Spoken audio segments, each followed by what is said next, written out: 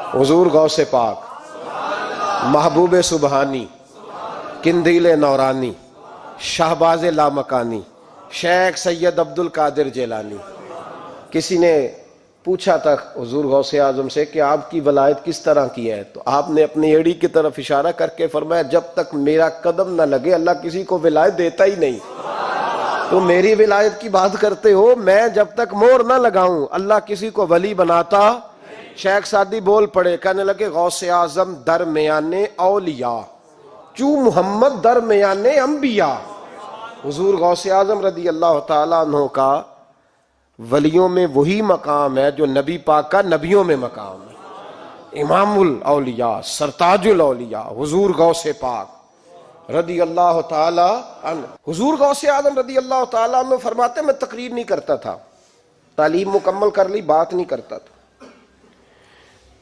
میں کہتا تھا میں کیسے لوگوں کے سامنے واز کروں؟ کہتے ہیں مجھے خواب میں مصطفیٰ کریم کا دیدار نصیب ہوا۔ محبوب نے فرمایا عبد القادر بات کیوں نہیں کرتے؟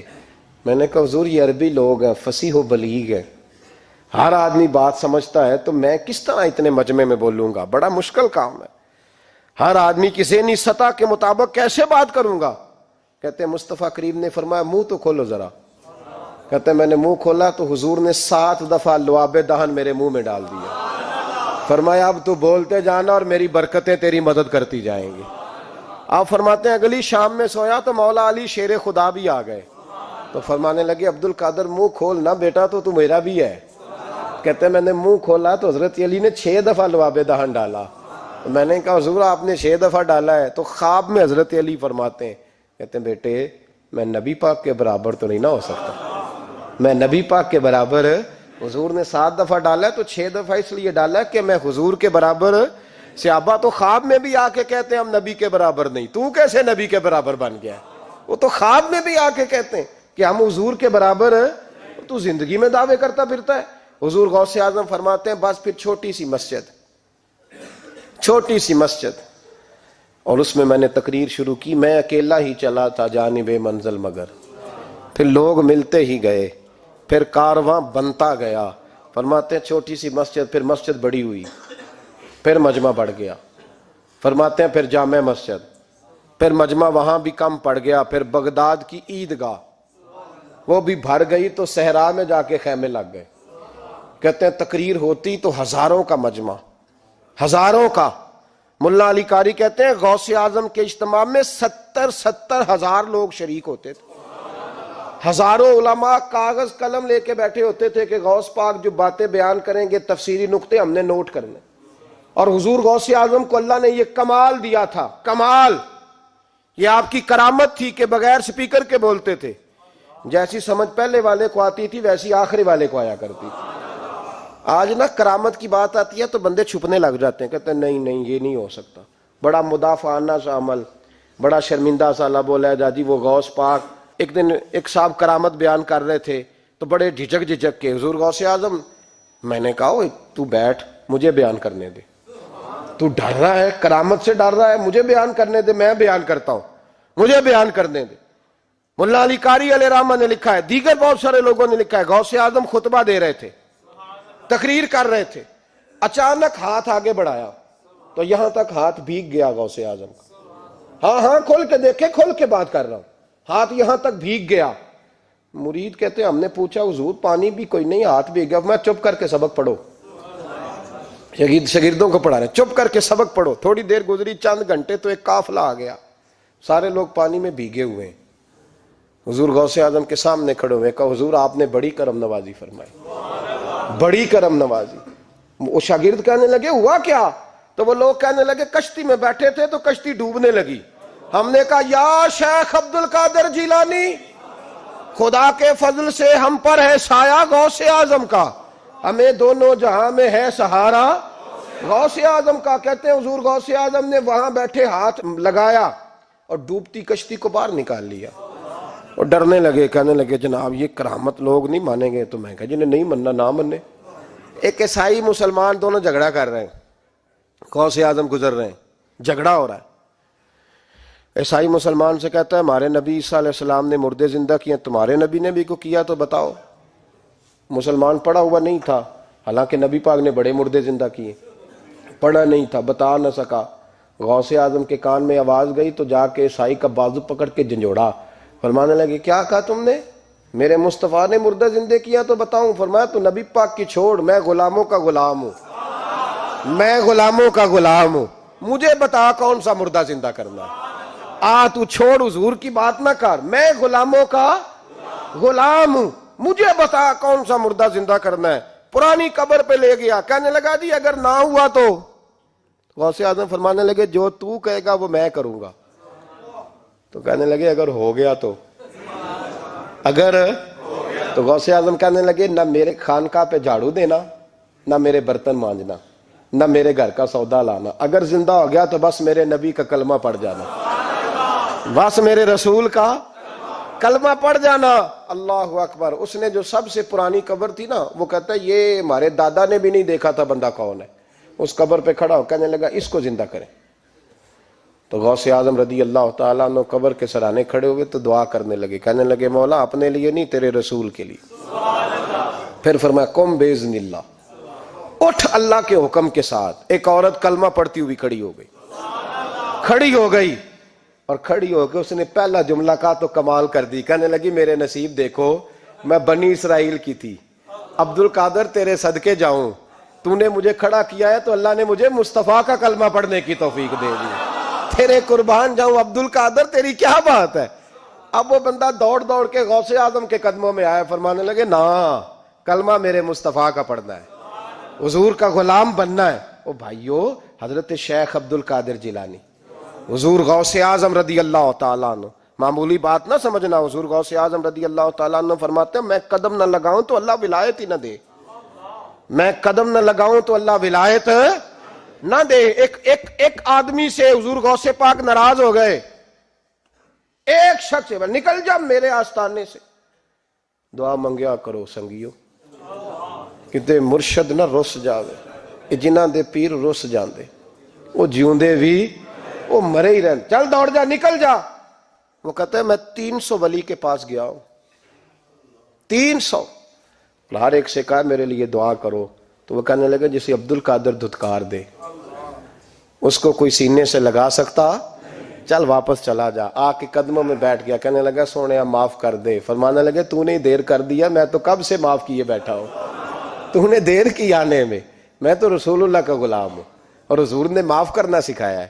حضور غوث پاک واز کرتے، نصیحت کرتے، اور چونکہ نہ شہرت کے لیے، نہ مال کے لیے، نہ نوٹوں کے لیے، اس لیے غوث اعظم جب تقریر کرتے نا، ایک دن بغداد میں بارش شروع ہو گئی، خطاب ہو رہا تھا، لوگ بکھرنے لگے تو 2 جملے غوث پاک کے، کہنے لگے یا اللہ تو دلوں کے بھید جانتا ہے، اگر بندے میں نے اپنی ذات کے لیے اکٹھے کیے ہیں تو تیز بارش برسا، دوڑا دے سارے، اور اگر تیرے لیے اکٹھے کیے ہیں تو پھر بھی تیری مرضی، رکھنے ہیں تو رکھ، بھیجنے ہیں تو۔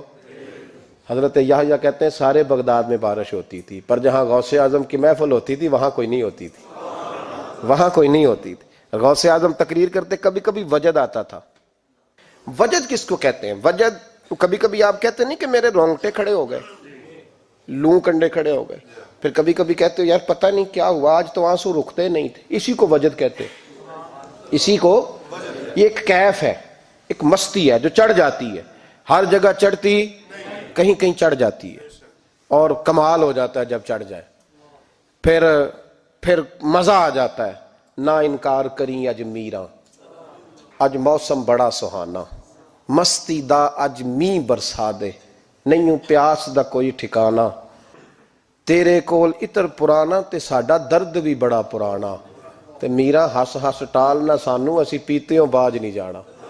کبھی کبھی ایک ماحول ہوتا ہے نا، کبھی کبھی حضور غوث اعظم وجد میں آتے تھے، کبھی کبھی اللہ کی دریائے رحمت کو بھی کبھی کبھی جوش آتا ہے، اور میرے حبیب فرماتے ہیں وہ پہلے آسمان پر نزول جلال کرتا ہے جو اس کی شان کے لائق، اور فرماتا ہے بندو مانگ لو جو مانگو گے میں دے دوں گا۔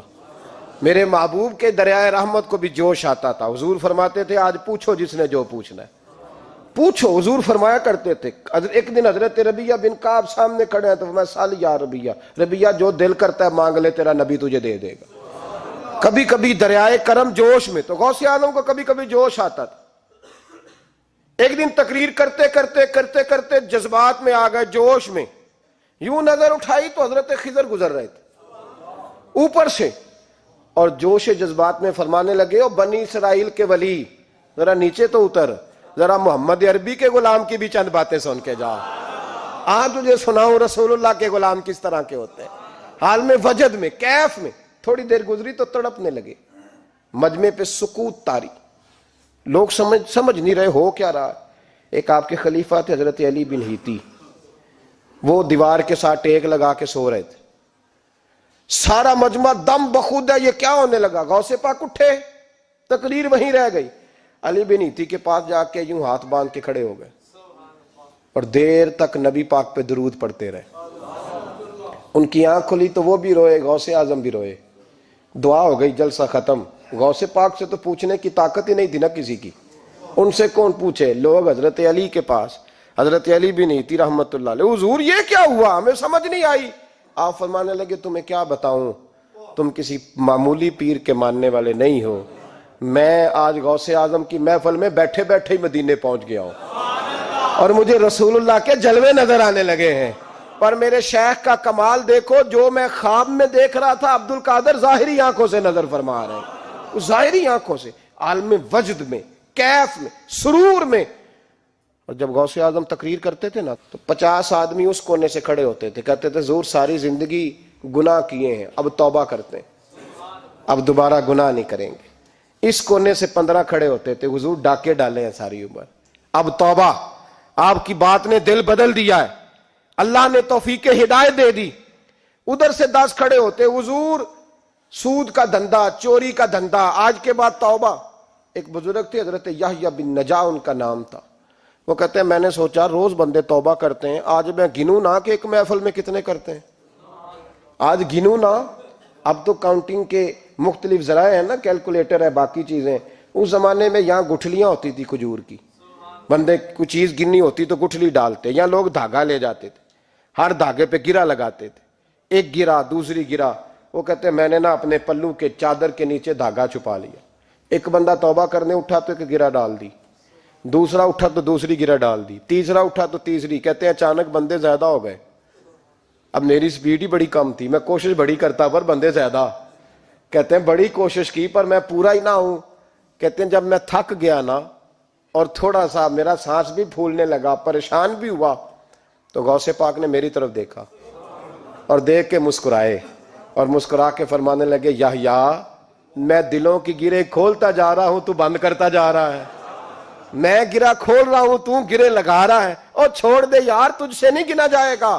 یہ عبد القادر کی وجہ سے توبہ نہیں کر رہے، خدا کے فضل کی وجہ سے کر رہے، اور اللہ کا فضل گنا جا سکتا نہیں، شمار کیا جا سکتا۔ فرمایا نہ کر۔ آپ نے 40 سال لوگوں کو تبلیغ فرمائی، ہزاروں یہودیوں نے کلمہ پڑھا، لاکھوں نے۔ عیسائیوں کا بڑا عالم تھا، وہ کہتا ہے میں پوری انجیل پڑھتا تھا، جتنے نسخے تھے سب مجھے یاد تھے، لیکن میں متاثر ہو گیا اسلام سے۔ یمن کا رہنے والا تھا، میں نے ایک ٹھان لی اس کے ہاتھ پہ کلمہ پڑھنا ہے جو اس وقت نبی پاک کی امت میں سب سے زیادہ شان والا ہو۔ کہتے ہیں میں سویا تو خواب میں جناب عیسیٰ کا دیدار ہوا، اور مجھے کہنے لگے تلاش کرنے کی ضرورت ہی کوئی نہیں، بغداد چلا جا، بغداد حضور غوث پاک کی بارگاہ میں۔ فرمانے لگے اس وقت نبی پاک کی امت میں سب سے زیادہ شان اللہ نے حضور غوث اعظم کو عطا فرمائی، شیخ عبد القادر جیلانی رضی اللہ تعالیٰ، غوث پاک۔ ہم کوئی دیوانے لوگ نہیں، یا ہمیں شعور نہیں، یا ہمیں عقل نہیں، ساری زندگی کھل کے جس چیز کا زیادہ تعارف کرایا وہ غوث اعظم کی نسبت ہے۔ اب تو ہمارے ہاں پیری مریدی کا رواج ہی نہیں نا۔ حضرت باعزید بستامی فرماتے تھے میں اس مولوی کے پیچھے نماز نہیں پڑھتا جو کسی کا مرید نہ ہو، جس کا اپنا پیشوا کوئی نہیں وہ میری پیشوائی کیسے کرے گا۔ حضرت مخدوم اشرف جہانگیر سمنانی فرمایا کرتے تھے میں تو اس دکاندار سے سودا نہیں لیتا جو کسی کا مرید نہ ہو، اس لیے کہ جس نے تربیت ہی نہیں لی، جس کے اندر درد ہی نہیں، روحانیت ہی نہیں، جس کا پیشوا ہی کوئی نہیں، کس طرح اب تو ماحول نہیں نہ رہا۔ لیکن یاد رکھو یہ نسبت اتنی تگڑی ہے، اتنی تگڑی کہ ہمارے صوفیاء نے ساری زندگی غوث اعظم کا غلام کہلانے میں فخر محسوس کیا ہے۔ کیا رشتہ داری تھی اعلیٰ حضرت بریلوی کی ان سے، کیا تعلق تھا پیر میر علی شاہ صاحب کا ان کے، کیا ان کا، لیکن ان لوگوں نے ساری زندگی کھل کے غوث اعظم کے تذکرے کیے۔ کیوں؟ غوث اعظم نے 40 سال عشاء میں وضو کیا اور فجر تک اللہ کی عبادت کی۔ فرماتے ہیں میرے مالک نے کہا عبد القادر کچھ مانگ لے، نہ اپنے لیے مانگا نہ اولاد کے لیے۔ کہنے لگے مولا قیامت تک جو میرا نام لے نا اسے بغیر توبہ کے مرنے نہ دینا، مرنے لگے تو توبہ کی توفیق دے دینا۔ فرماتے ہیں میرے مالک نے وعدہ کیا ہے جو میرا ماننے والا ہوگا بغیر توبہ کے نہیں مرے گا۔ اور حضور غوث پاک رضی اللہ تعالیٰ عنہ فرماتے